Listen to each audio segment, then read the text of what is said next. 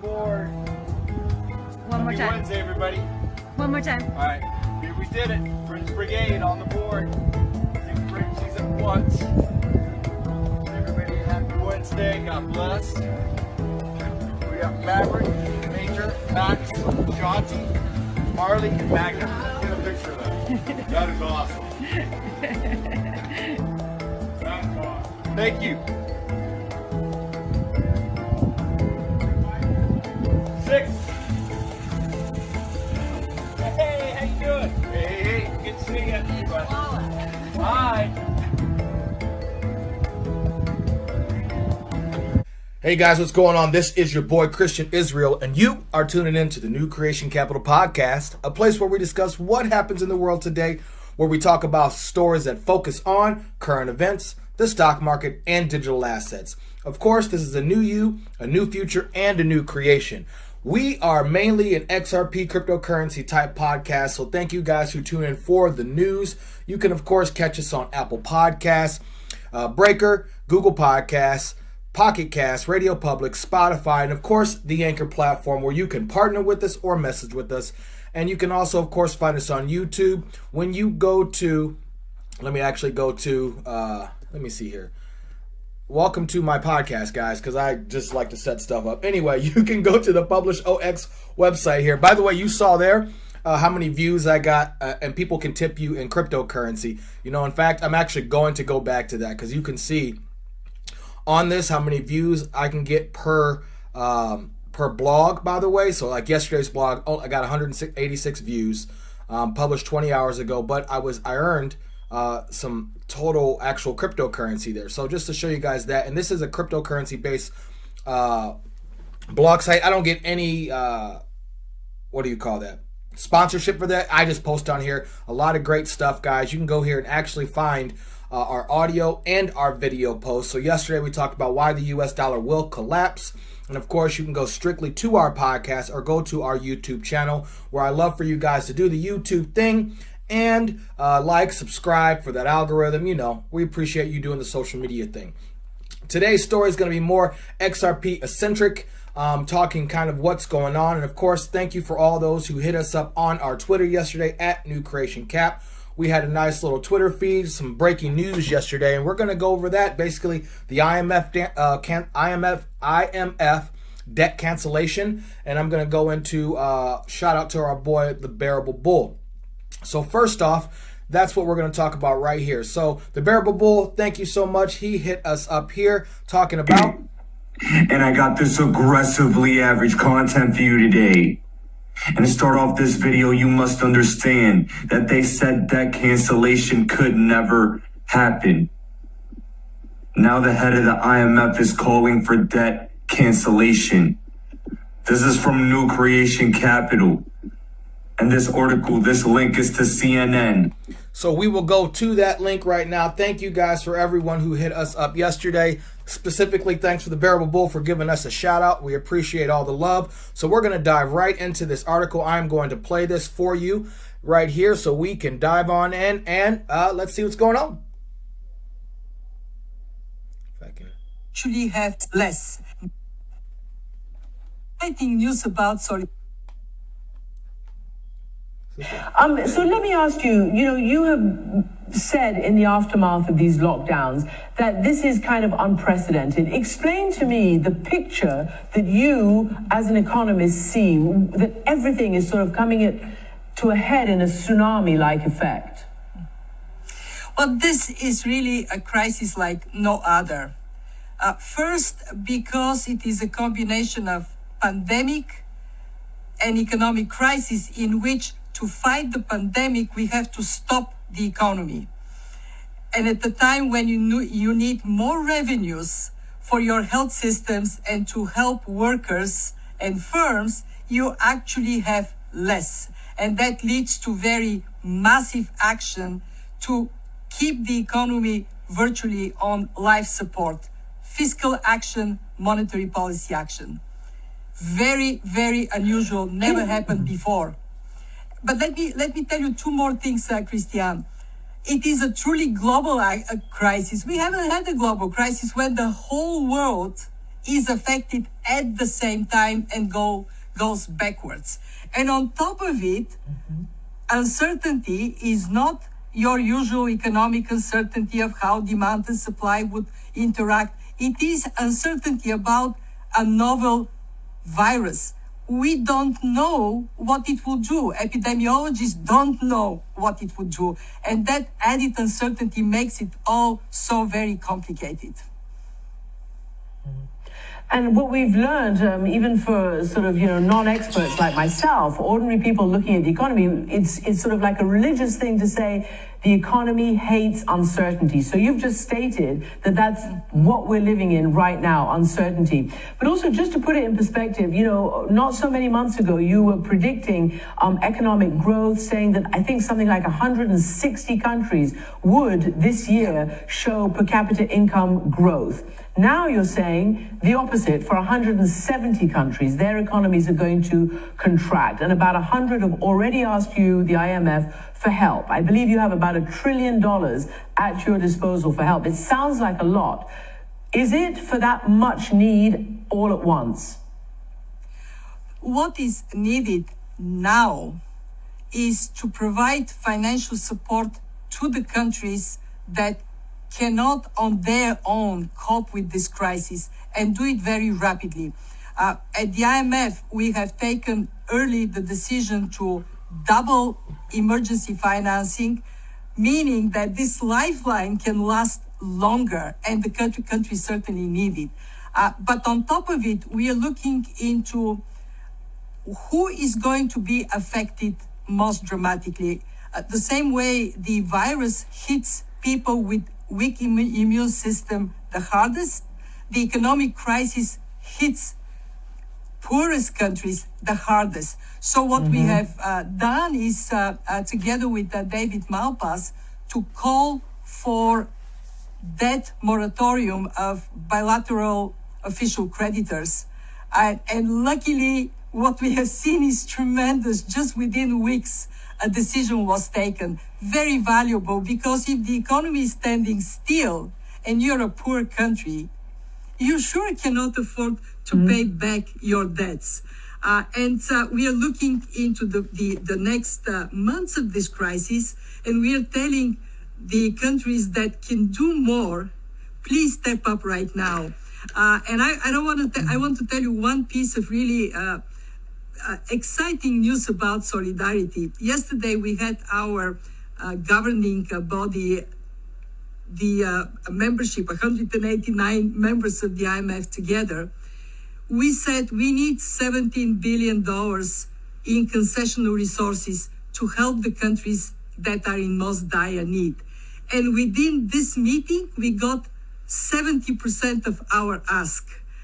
And I think this is an illustration that everybody understands how sober, how serious we ought to be in this very unusual, unprecedented crisis. Okay, well, that sounds very good and very helpful and quite different to some of the other sort of lack of solidarity we've seen around the world in some of these issues. But I do want to ask you say a debt moratorium, debt relief, debt suspension, all of those things. But you've heard the French president, Emmanuel Macron, is hoping that eventually it could lead to a cancellation of debt for these countries who really, really, really will not be able to cope. And you've already yourself identified in Africa that I think something like half the population of that continent faces losing their jobs. I mean, it's absolutely unthinkable. Well, first, my hat goes to President Macron for zeroing on, especially on Africa. He has plenty on his plate at home, plenty to be done in the European Union, and yet he has put forward a priority to support especially Africa, to support all poor countries, but especially Africa, and rightly so.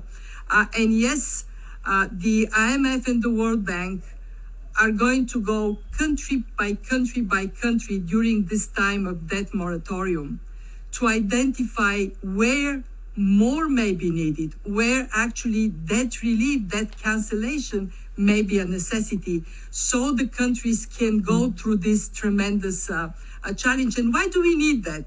We need it because we have to beat this virus everywhere to be safe whenever we are. And obviously countries that have very limited resources, they cannot do it on their own, especially if they are sinking under the burden of debt. Yeah. Can I ask you something? You know, there is no playbook for this, what you're facing. You've just described it as unprecedented and there's no playbook. How do you get out of it, particularly when the traditional areas of people, you know, believing like a strong China economy means a strong global economy? We've just said that for the first time in half a century, their economy has contracted 6.8% this quarter. How do you get out of this? Are you at the IMF able to make a prediction of when there might be a resurgence, economic growth?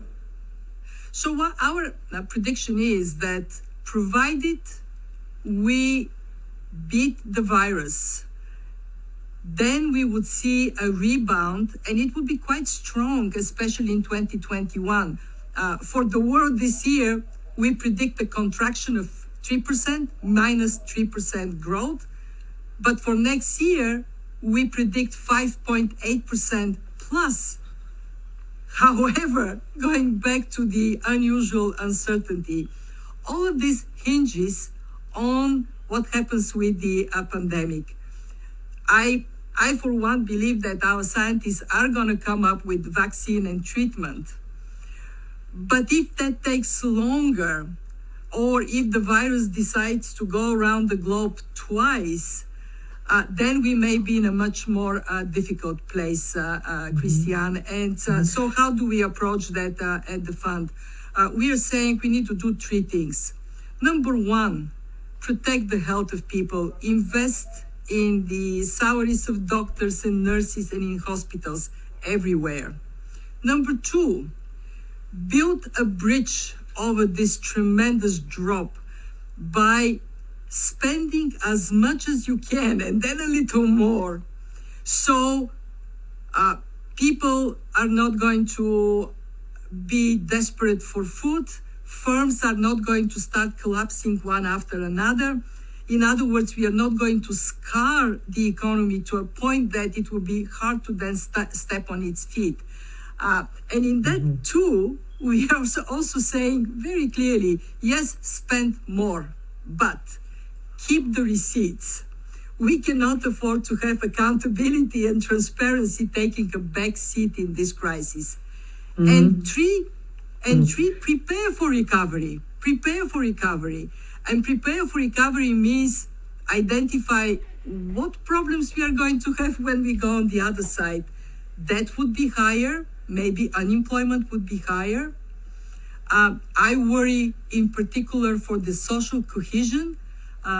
If inequality goes up, it would damage our society. So let's do what we can now to prevent these problems from happening. So let me ask you finally in our last minute, do you, because this is the worst, your prediction of minus 3% contraction is much worse than the 2008 financial crisis. And you saw what came out of that and the austerity that led to that. Nationalistic, populistic policies and politics and leadership around the world. Do you fear that this could trigger another wave of that kind of political result? I really hope that we would have the wisdom to balance our societies in a way that is fair. In other words, those who can contribute more do that. And there is a sense of unity, solidarity built in this crisis. We have one thing working for us that 3 months ago, I probably would have not seen in such a positive light, and it is very low interest rates. Zero, even negative.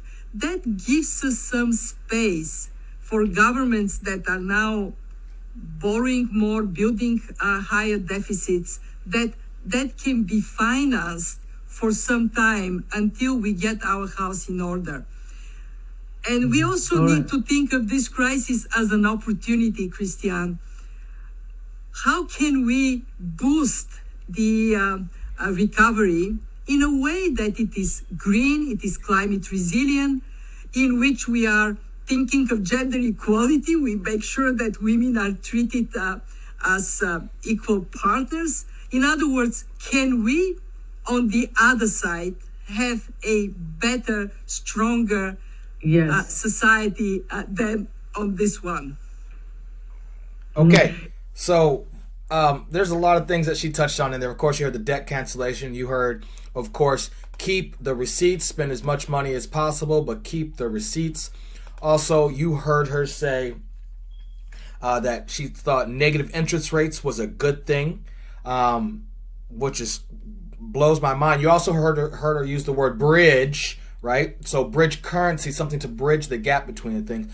And then you heard her talk something about the end where I'm not sure where this has to deal with, but all of a sudden moving into equality for women. And I don't know how we got to that point from her talking about I'm deaf. But that kind of goes to my whole thing about a push for a new world order, a new world government. So there is more going on behind the scenes than not just a debt cancellation, right? But a movement. And I'm not going to play specifically this, but this is from Gold Telegraph. Also, let me apologize. You guys are hearing any kind of banging. Excuse me. I don't know what it is about the podcast, but every time I sit down and do a podcast, noise is everywhere, including my body. But you'll hear banging or talking. That is my neighbors. It only happens when I record podcasts. I think it's hilarious. It's hard to get used to it. So I apologize to you guys. Let me give this guy a follow. Anyway, so this is from Gold Telegraph. It says, must watch. There is a reserve currency issue. We're heading to a new world order. Current situation similar to Bretton Woods 1944. New monetary system. Ray Dalio.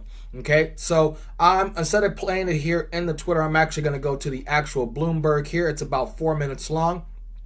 And this is Ray Dalio about 5 months ago. So thank you, Gold Telegraph. Just want to make sure we give credit there. Go give him a follow. And let's jump into this one. We are and what solutions might be, and then we'll turn to Lay. Ray. I should explain that my perspective is very much like a mechanic of cause-effect relationships. It's not ideological. But to me, the economy works like an economic machine, and it's a perpetual motion machine. And it has long-term cycles and short-term cycles. I've learned that... By the way, you can see Ray Dalio as a co-chief investment officer and co-chairman at Bridgewater Associates. So I just think that's important. For those who are just listening, you don't know who this is. He's currently on Bloomberg right now. He was on Bloomberg a couple days ago. This guy's pretty important when it comes to the investment and talking about the economy. All right, let's continue. Whenever I made a mistake, many things happened that didn't happen in my lifetime before, but happened in prior lifetimes. So I just want to describe very simply how the machine works and where I think we are. Because the same things happen over and over again through history, going back many dynasties in history. First, there are four major drivers. There's productivity. In other words, over a period of time, our living standards rise because we learn how to do things better and we get more output per man hour. Then there's cycles, short-term debt cycle, recession, expansion. Economy becomes too weak, inflation is low. Monetary policy creates credit creates demand, and then you have a pickup, tightening of monetary policy, and then we have the recession in those cycles. So that's around this productivity. Around that is also a long-term debt cycle, which is an accumulation of these other cycles, in which then there's a cycle which ends largely when you have a situation where you hit zero interest rates and then you print money and it's not as effective. So we'll talk about that in a second. And then, of course, there's politics. By the way, you heard him literally just say what the IMF director, Christina Galagovia, I hope I probably crushed that. Remember, I call her KJ.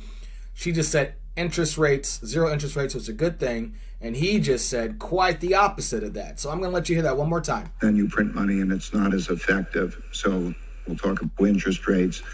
When you have a situation where you hit zero interest rates and then you print money and it's not as effective. So we'll talk about that in a second, where you hit zero interest rates. There's a cycle which Let's hear that one more time. Ends largely when you have a situation where you hit zero interest rates and then you print money and it's not as effective. So we'll talk about that in a second. And then, of course, there's politics. Those are the four things. There's internal politics, people at odds, internally and externally. So then you hear politics, right? So he's saying literally when you hit zero interest rates, it's not a good thing because your money's becoming useless. Yet we heard the IMF director just say she thinks it's a good thing now. Then you heard him talk about politics, internal and external, as you heard the IMF director talk about pushing a political agenda at the end. It was clear cut that the reporter from CNN was trying to cut her off, but the IMF director made sure she had to get in what the United Nations agenda is, and that was the globalism, humanism, equal playing field as far as rights. And I don't understand what the economic crisis really has to do with women's rights. I'm not saying I'm against women's rights, but I just don't know what that has to do with this specific situation. So for her to point that out, there's obviously an agenda behind that. She is pushing that. So just point that out. Again, I have a daughter. I think everyone should be equal. I'm going to point that out right then and there. So it's not that I have agenda. I'm just pointing out that there is an agenda. And the fact that there is an agenda and that the heads are speaking so loudly, and then this guy here, who might have some skin in the game, Dalio here, he just said those three things checked off was really what the IMF director just said. So I think that's important. I think the period that we're in is unique. And let's say we're 10 years into, let's take technology. Technology is artificial intelligence and so on is replacing people. And it's great for the whole, but it changes the nature of the environment. And that's going to have a very important implication in the years ahead. As far as the short-term debt cycle or the business cycle, we're 10 years into this expansion. And many of those stimulants that happen will be dissipating. We won't have more interest rate cuts that are material. You won't have more tax cuts and so on. And this is true around the world as we have our obligations. So we're coming into this period that is sort of a big sag, not a debt crisis in that way, but a lot of obligations that are coming at us, particularly in the mature reserve currency countries. And they include pension obligations, healthcare obligations, and the like, large deficits, which will have to be monetized. They'll print money to deal with that. There's a reserve currency issue. That also means that if there's... Did you hear that? They'll print money to deal with that. We see the U.S. doing it right now, printing, I think it's $1 million an hour or $1 million a minute. I can't remember. Someone please let me know. Also, and it says we have a reserve currency issue. That means what is the reserve currency right now? We know that the United States dollar is supposed to be, but we saw the oil crash yesterday. Oil crashing yesterday means the petrodollar is pretty much over. And of course, we talked about that yesterday on episode 28, so please make sure to check that out. And then also, so if we have an issue in those two things with AI, which we talked about the fourth industrial revolution as well, all these things are combining. So let's continue. Stimulative if you get a downturn, you're not going to have monetary policy work the way it did before. That enters the political realm of coordination of fiscal and monetary policy. It's a new world order. As far as... Did you hear that? When everyone's starting to coordinate together, it's a new world order because the financial system's not working. And by the way, on the back of the dollar bill, under the pyramid with the all seeing eye, I won't get into that. It actually says in Latin, New World Order. They thought the fiat US dollar would be the New World Order. It is not, because that was one dominating country. Now we have to have everyone on the same level playing field, which would be a New World Order. Monetary policy, it's a new world order. As far as those are the cycle. As far as the politics, naturally, because of this particular dynamic, because of three major factors, there's a wealth gap, a widening wealth gap. And with that, an opportunity gap and a values gap. That's because monetary policy buys financial assets. That makes financial assets go up, and those who have financial assets have a lot of money, a lot of demand. There's technology that's changing that and creating wider spreads. It benefits companies, but it also displaces people, and there's globalization. Those factors. And then, of course, we have the external conflict or the issues of the rising of a great power in the form of China rising and the United States having its let's say, relative decline. So we're at a point, I think, that is very similar to 1944.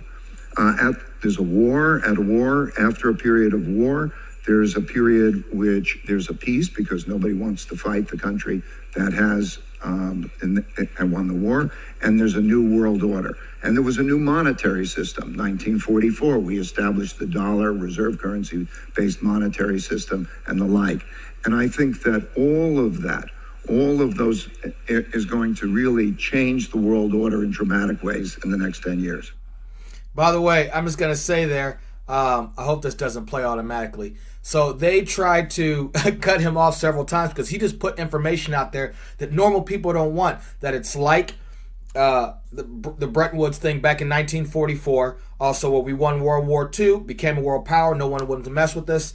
And now fast forward, because also that's when the US dollar became powerful because we were the world power. Not to mention the oil concept of the petrodollar, then taking us off the gold standard in 1971, and then moving forward with the crisis of the recession of 1980s, which a lot of people became wealthy off, the housing crash and the crash of Lehman Brothers in 2008, and now we're here. But during that time, there have been things going on behind the scenes, and I think that's so important because he mentioned China specifically, and we talked about an article back here, and the reason I keep pointing is because these are things we are touching on. We talked about this right here in episode 18. I think this is episode 29 we're on, so 11 episodes ago, is China dominating the digital currency race. Okay, and we talk about this, so go check that out as well. Again, Publish OX, you can find everything nice and easy, okay? So we talk about this as well, and I think it's so important because, like he said, when you have another world power coming up, so behind the scenes, we've seen oil trying to be bought on other exchanges with the yen, with the Chinese yen, and then the Russian, I think the ruble or whatever. They have Russian rubies or rubles, right? So Russia talked about the crashing the petrodollar. China is trying to do it. They're getting hit on all fronts. We're spending money like a madman. Then we have this economic crisis. Then you got the policy, economic policies, political things going on the forefront, behind the scenes. Excuse me. And of course, that's what's going on. So now we have this crash, which is what we talked about, why the U.S. Petrodollar will crash, because the other fiat currencies are now fighting. There's a lot more on the surface than we see. And that brings me to the next tweet, which is by L Crypto King at XRP_Kings with a Z. Tweeted this yesterday, and it says the Ripple China connection, game, set, match. And we're going to go into this article just a little bit, but obviously it says here digital assets daily apparently went over this 5 or 6 months ago. So we know that. So let's just go, and I'm going to put this inside of the description so you can go to it because this was yesterday. So Ripple China connection, it says here this morning on our daily YouTube channel, which you can find. So we'll see there. This says we take a deep dive in the Ripple connection that we discovered. So let's just see. We're going to click on here real quick and jump on in and let you guys go to their channel. I just want to show you what their channel looks like. It is right here. So we won't play too much of it, everyone? But if you guys go here, you can. I think they dive into it here and go into it right here. So go check his payment out. I'm not going to play his channel on here, but go check it out and see what he has to do with that connection. We had a couple more news that I wanted to check out. Let's see here. There was also here. Yes, it is. It's right here. So tweeted from CKJ Crypto News. Let's see here. Do I follow? Let's give him a follow. He tweeted this out. More than a third world banks actually use XRP. And now why? Okay, so we've talked about why XRP is the bridge currency and talking about liquidity. You have SDRs that the IMF tries to use, okay? And I think SDR basically is going to be a replacement with using XRP as the bridge currency, with all the banks being backed by gold. So XRP will be the global reserve currency, how they move it, but the global currency will be gold with everybody on the digital fiat playing field. How and why? Because here, and this is from January 21st, I'm not sure if I've talked about this before, but it says here, more than a third of world's banks used Ripple. So go check this article out. It also says 38 of the largest banks worldwide use Ripple. Okay, so please go check it out. I'm not going to go through it. I'll put that in there, including the massive growth that we've got going on, so you can see the liquidity. If you guys don't know, you can also go to utility scan. Let's see if can I spell utility? Here we go. So you can also go to utility scan. Just another thing for you, is this going to play up? You can go to this actual website here, and you can see all the daily volume that is moving and what corridors it is moving towards.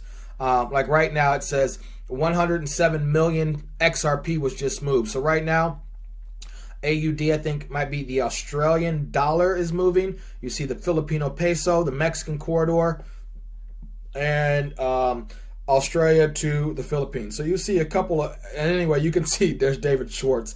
You can see all the different XRP. You can go here and see where they're moving to. I've talked about this before with the MoneyGram episode. I take a deep dive into this actual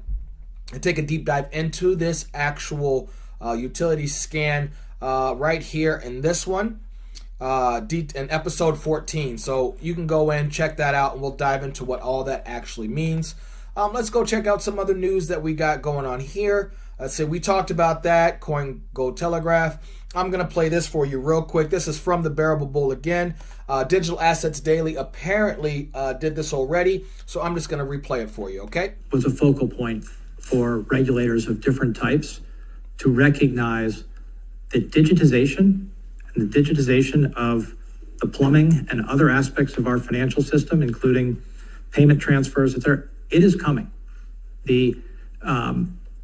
What I'll say, just the natural economic forces that it unleashes, taking fat out of the system, for lack of a better term, it's happening. Now we have to recognize that that's happening, recognize our mission, safety and soundness, investor protection, fair markets, and ensure that as that digitization takes place, we're being true to those principles. But we should not be fighting that digitization, because if we fight it, it will go around us. Well, thank you. That mirrors my feelings on it. And I assume that when you say it is coming... I'm sorry, Senator, it's here. This year. It's here. It is here already. Yeah, I see. It's here. It is here already. And by the way, that was 2019. Thank you for Digital Assets Daily for tweeting that out. It says Jay Clayton at the SEC, I always think Southeastern Conference for football, SEC hearing. And just, you can kind of listen to what they're doing. It's already here. They use the word plumbing, payment transfers, bridge. It's all there already. So we are closer and closer and closer. And I think, oh, by the way, of course, you've seen other people talk about this. I'm not going to talk about it, but Brad Garlinghouse talks about how Ripple is suing YouTube. So go check that out. And then another one, you can go actually check out our Twitter feed. We retweet a lot of people like XRP Yoda, who talks about the Italy lockdown and so forth and so on. So we tweet these things and we go into it. So make sure you check it out. This is the last but not least thing I'm going to show you.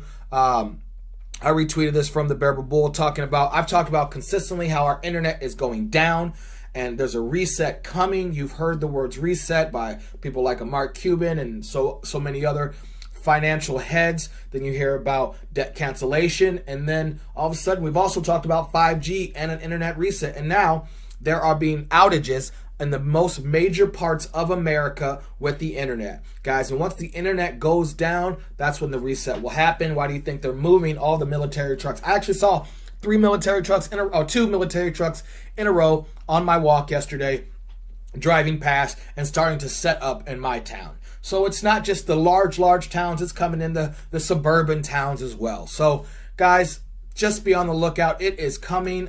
Phase 2 is right now. Apparently there's some more stimulus checks coming.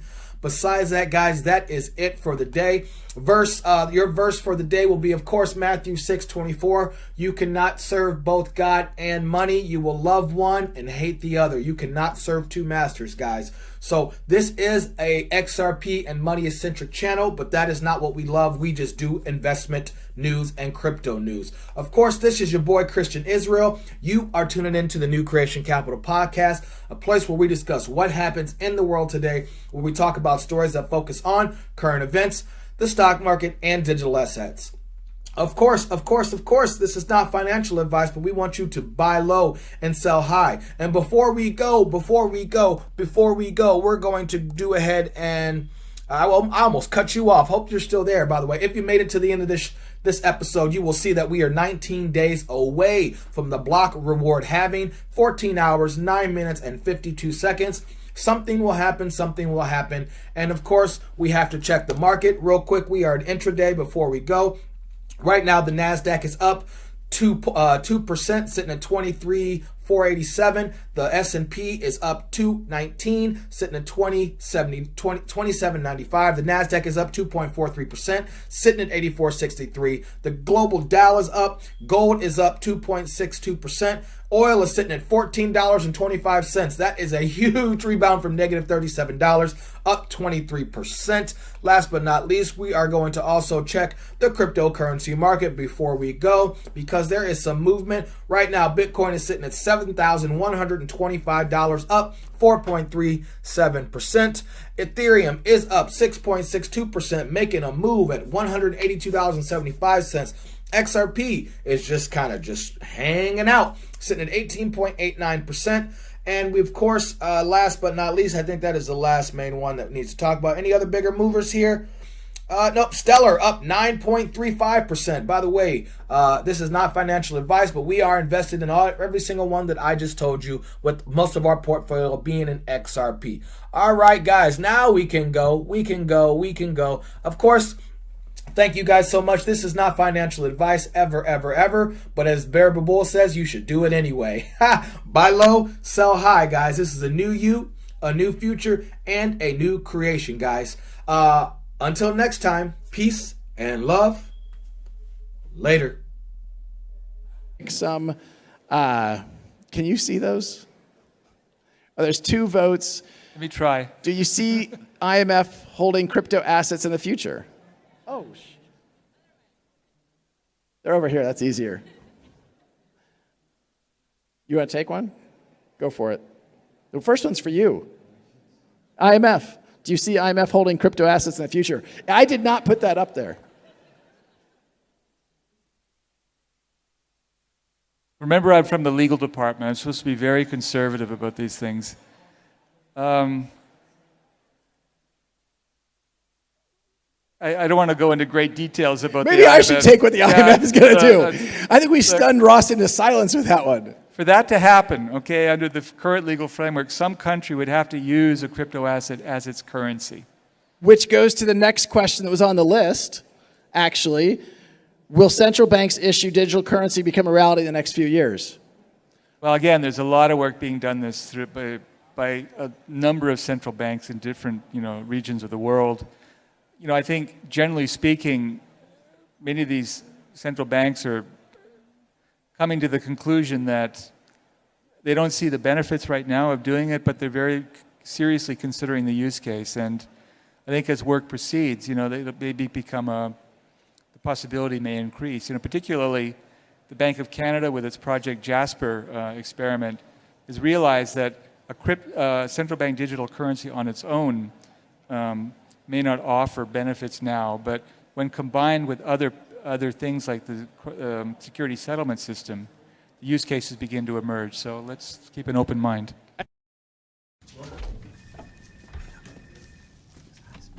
Hi, how are you? Okay, Mr. Bennett, what do we have? Let's see what you got. You smell that? What is that? What? What's that smell? A cologne? No. Opportunity. No. Money. Oh, okay. I smell money. Okay. Chris. Damn it. Sorry. This is your basic mortgage bond. All right? The originals were simple. They were just thousands of AAA mortgages bundled together, guaranteed by the U.S. government. The modern ones are different. They're private. and they're made up of layers of tranches.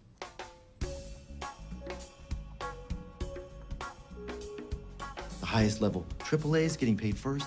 The lowest rated B is getting paid last, taking on defaults first. Now, obviously, if you're buying Bs, you can make more money, but they're a little risky. Sometimes they fail. Chris?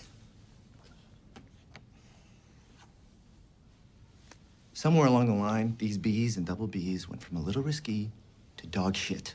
Where's the trash? Behind you. I'm talking rock bottom FICO scores. No income verification. Adjustable rates, dog shit. The default rates are already up from 1% to 4%, fellas. And if they rise to 8%, and they will, a lot of these triple Bs are going to 0 too. And that, you're too close, is an opportunity. Okay, you're saying that at 8% the bonds fail and we are already at 4%? That's right. If they go to 8, it's Armageddon. Yeah, that's right. How come nobody's talking about this? You're completely sure of the math. Look at him. That's my quant. You're what? My quantitative. My math specialist. Look at him. You notice anything different about him? Look at his face. That's pretty racist. Look at his eyes. I'll give you a hint. His name's Yang. He won a national math competition in China. He doesn't even speak English. Yeah, I'm sure of the math. Actually, my name's Jiang, and I do speak English. Jared likes to say I don't because he thinks it makes me seem more authentic. And I got second in that national math competition. So you're offering us a chance to short this pile of blocks? How? With something called a credit default swap. It's like insurance on the bond, and if it goes bust, you can make 10 to 1, even 20 to 1 return, and it's already slowly going bust. 10 to 1, 20 to 1? No way. And no one's paying attention.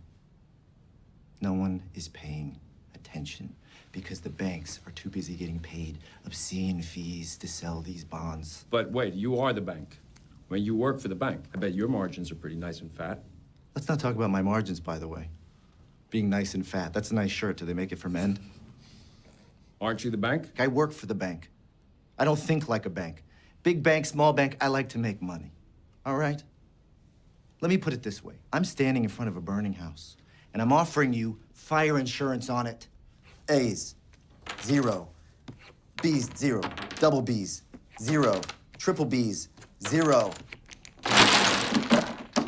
And then that happens. What is that? The US dollar